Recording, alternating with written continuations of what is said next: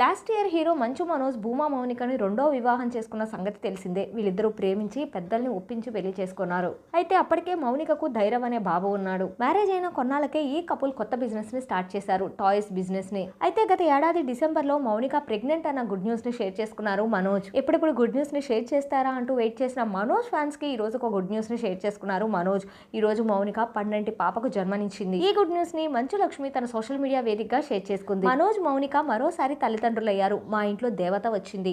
మనోజ్ మౌనిక దంపతులు పాపకి జన్మనిచ్చారు. ఎంతో సంతోషిస్తున్నాడు. అప్పుడే తనకి ఎంఎం పులి అనే నిక్ నేమ్ కూడా పెట్టాము. శివుడు ఆశీస్సులు మా ఫ్యామిలీపై ఉండాలని కోరుకుంటున్నాను అంటూ మంచు లక్ష్మి ట్విట్టర్ లో పోస్ట్ చేసింది. ప్రస్తుతం మంచు లక్ష్మి హాస్పిటల్లో తాను దిగిన ఒక బ్యూటిఫుల్ పిక్ ని షేర్ చేస్తూ నేనే మనోజ్ భూమా మౌనికల పాపకి ఒక కెమెరా మనీ అంటూ ఒక క్యాప్షన్ ని యాడ్ చేసింది. ఆ బ్యూటిఫుల్ పిక్ అందరిని ఆకట్టుకుంటుందనే చెప్పాలి. త్వరగా ఆ బ్యూటిఫుల్ పిక్ ని మాకు కూడా షేర్ చేయండి మేడం అంటూ కామెంట్స్ పెడుతున్నారు.